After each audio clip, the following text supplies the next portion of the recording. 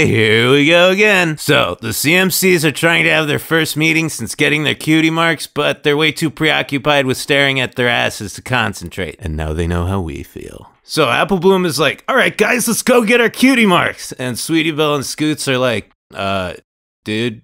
And she's like, oh yeah. And I'm just like, dude, that happens to me a lot too. Basically what this all amounts to is that these three are getting older and they're developing different interests. Scootaloo likes being an adrenaline junkie, Sweetie Belle likes finding new and more elaborate ways to be boring, and Apple Bloom likes desperately clinging to a rapidly dissolving childhood. They try doing some shit together like singing and potion making and volunteer work with the mentally challenged. And finally Scoots is like, dude, why don't we still be best friends but not drag each other into every stupid thing one of us wants to do? And Sweetie Belle is like, wow, that sounds totally reasonable and productive. And Apple Bloom agrees, even though it feels like they've punched a gaping, aching hole in her heart, because she's already learning how to bottle up and stifle her emotions like an adult. Then she sings the most beautiful song I've ever heard in my fucking life, and I don't remember what happens next because I was crying. Anyway, look at Sweetie Belle. Look at that smile and the joy in her eyes. She just made the shittiest scarf in the world and she is fucking stoked about it. And you know she's thinking like, I'm not good at this, but I'm gonna keep trying until I get better and it's gonna be so much fun. You fucking tiny horses with your relentless positivity and your self-esteem. Just try it once, fail, quit forever, and feel ashamed like a normal person. So Sweetie Bee and Scoots had a great day and Apple Bloom is sunk into a psychotic depression because she knows that this is how it all starts. Pretty soon they'll all be living in different cities and only see each other at New Year's, and they'll have to be like, hey, what's up? How have you been? Even though none of them actually care because that precious sibling-like relationship they had in their youth is dead, and all that's left is an awkward feeling of obligation. Sure, they'll start talking about things they did back in the day, like, oh hey, remember that time we were happy and life felt like it had meaning? And after a few drinks, it'll almost feel like there's still a connection between them, and they'll share all their online handles and be like, dude, I will totally friend you on MySpace and follow you on Twimbler, and we should get together sometime and eat spaghetti or whatever. Then the next day when they sober up, they'll go right back to never getting around to it and feeling that nagging little guilt and sadness gnawing at the backs of their minds because they know it's never gonna be like it was, so why even try? Or, you know, that's just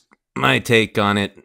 Maybe she's thinking something else. I don't know. And so she's like, why do you guys hate me now? And Scoots is like, dude, we just want to have hobbies. What's the big deal? But I don't like change. Dude, Apple Bloom, life changes all the time and you just have to deal with it, you know? I mean, if you can't cope with change, your life is just going to be a waking nightmare of constant dread as you wonder whether or not today will be the one that shatters your fragile illusion of a status quo. You'll be a reclusive, nervous wreck of a person, and that kind of life's not worth living. Also, having hobbies is neat. Dude, I tried and I'm shit at everything except the stuff I already do. And Sweetie Bee is like, you don't have to be good at something to have fun. And I'm like, no, god damn it, Sweetie Belle, you don't have to be good at something to have fun. You have some weird inherent sense of self-worth and confidence. Normal people don't have that. If I'm not good at something, I fucking hate myself. Anyway, AB finally realizes that the world isn't black and white, and that when someone says, I'm busy, can we hang out later? It doesn't mean that they aren't your friend, it just means they're busy, but they want to hang out later. And that's actually a pretty damn appropriate revelation for someone who's like 12.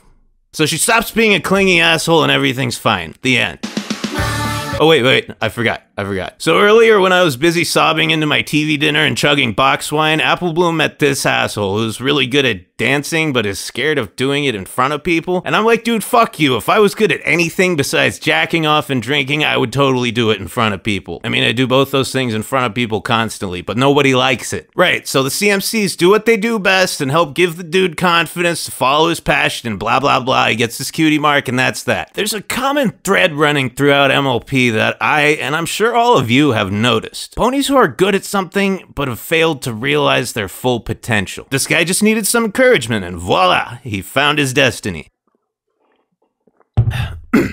Our good friend Glimmy is another great example. A brilliant sorceress whose emotional baggage led her down a morally ambiguous path. But hey, now that she's realized the error of her ways, she's kicking ass. I mean, she unfucked Trixie. What else needs to be said? That is a public service. Even Diamond fucking Tiara, the most consistent antagonist over the last 5 seasons of this show, wasn't really a villain, just a victim of horrible parenting, and she turned out to be a pretty cool chick once she learned how to use her talents for good. I've thought about this a lot, and it seems like there aren't really any intrinsically bad ponies, just those who've lost their way. Everyone in Equestria has a true place and has the potential for a fulfilling life, and that, more than rainbow magic or talking horses, is what makes it a fantasy world. I need it.